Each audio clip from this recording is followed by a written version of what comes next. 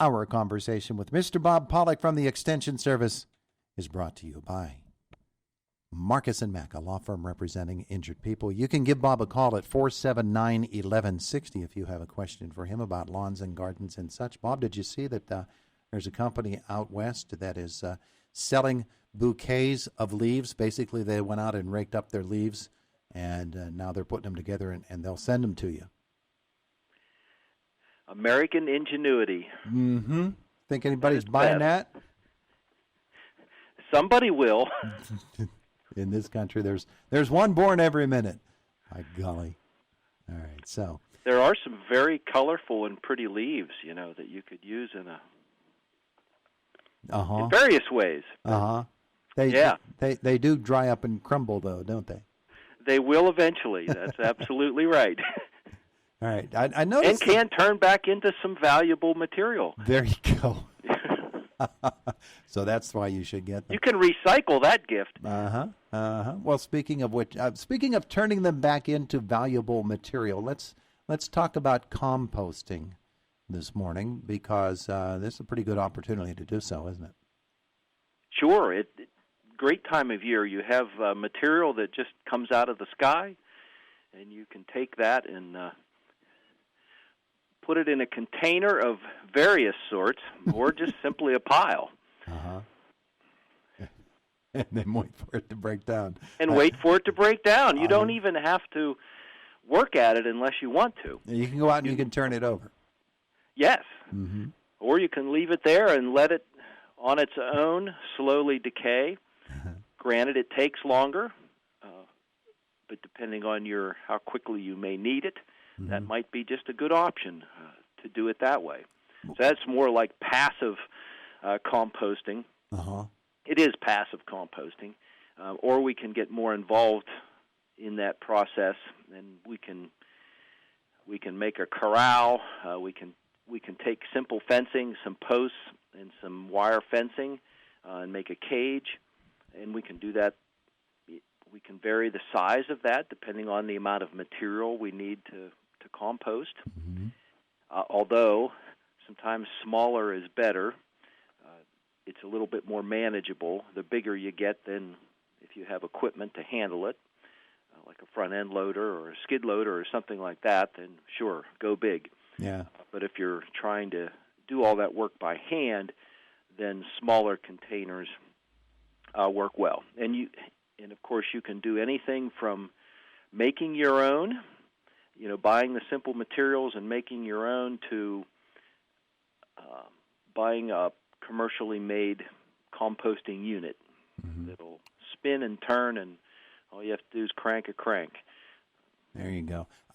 We're talking, of course, about leaves, but there are materials that you can compost other than leaves, and there are some that you shouldn't compost. Is that correct? Correct. So leaves are the most abundant thing right now. Of course, you can take twigs, small branches. That can all be broken down into small enough pieces that can be thrown on the compost pile. Some of it's best left to larger piles and left to break down more first. And, of course, different woods, different material will break down quicker.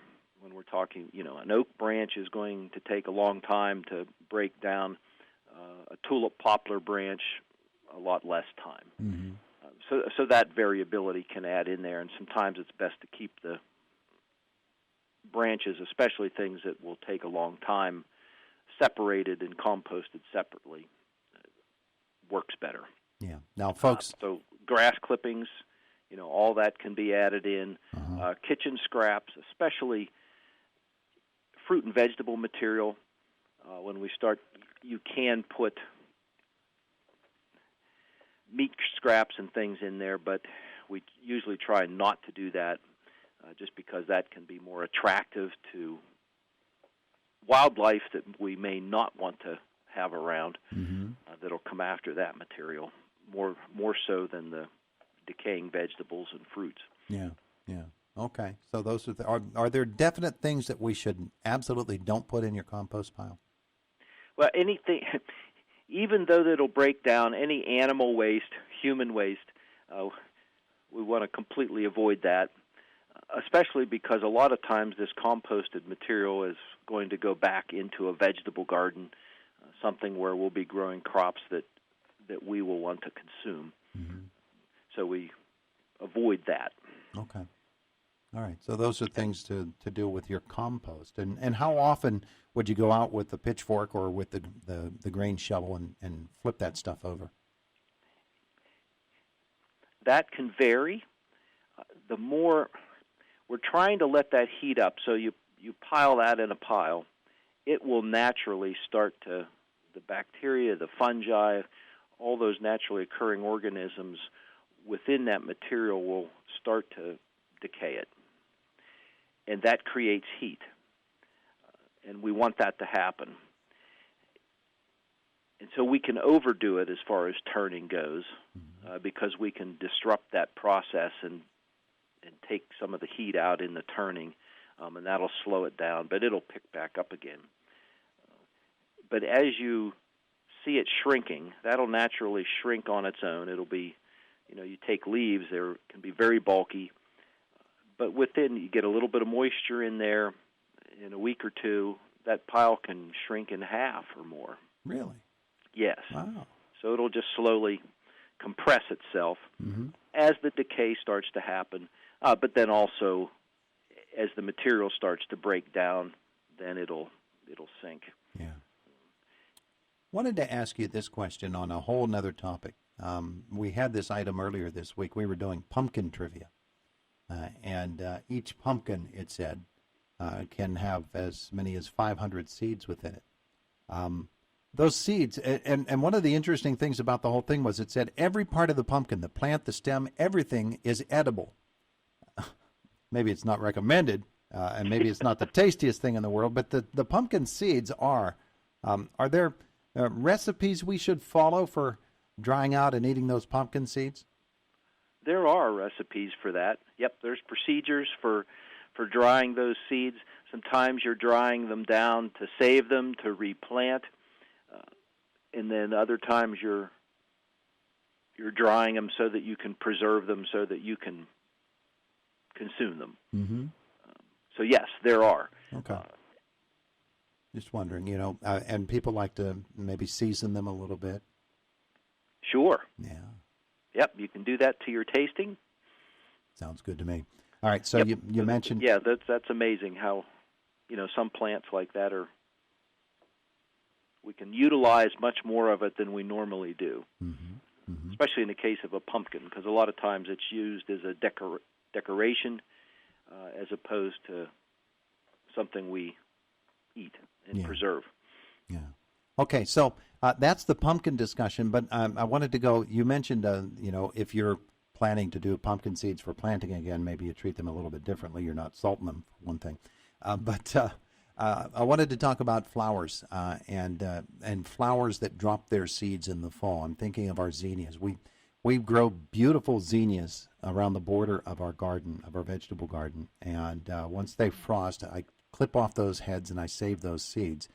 But there's so many seeds in one head that I don't need them all, and I just let them go. Are those going to grow again? Those zinnia seeds? Yes, they can. And a lot of times they'll shed those seed heads will mature before we notice it, or some of them are ahead of others, so you'll lose some of those seeds anyhow. They'll get dispersed. And depending on how we treat the ground, whether it's mulched or unmulched, and whether we turn it over, and especially in a vegetable garden like that, you would be turning that soil over. So most likely, a lot of those seeds that may escape won't germinate because they'll end up getting buried in the soil and may decay before they ever get a chance to surface again and have that opportunity. But yeah, that can happen. And even if you do get some seeds that start to come up the following spring, just real light tillage, cultivation of the surface as those are germinating, just to stir that up, can solve that problem if you don't want them to come up. Yeah. Well, we're going to plant them there again anyway, so it Yeah. doesn't really matter.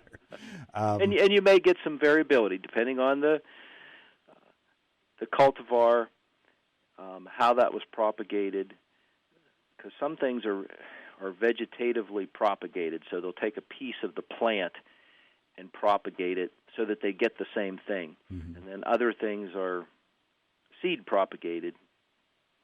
Some things are hybrids, so they were originally crossed.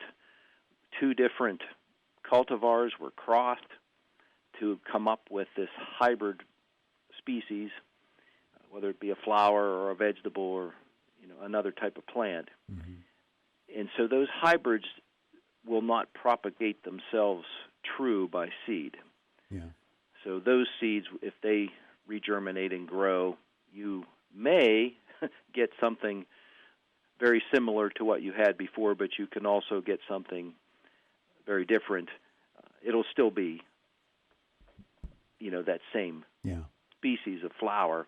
It'll still be a zinnia, but its qualities may be better, they may be about the same, or they could be worse. Well, I've been growing off of the same batch of seeds, and I save the seeds every year, but I really don't need to because I've been growing off the same batch of seeds for years now, and every year I get the same tall, gorgeous zinnias every single year. So it's like I've got quarts of seeds because I feel guilty about just getting rid of them. I could plant the whole neighborhood. I could plant all of Indiana County in zinnia seeds if I wanted. Yeah, and so any non-hybrid variety that's openly pollinated, those will come back true to source. Mm-hmm. You can still get variability because there's still can be variability within each individual seed and what it produces. But yeah. Well, we love our zinnias. All right, sir. That was an interesting conversation for a Friday morning. If we get to the end of October, we're going to have a November coming on next. Doesn't seem very possible. Quickly. Wow. All right. So thank you. Have a wonderful weekend. All right. You do the same. We'll see you. All right. Bye-bye. All right. Bye-bye.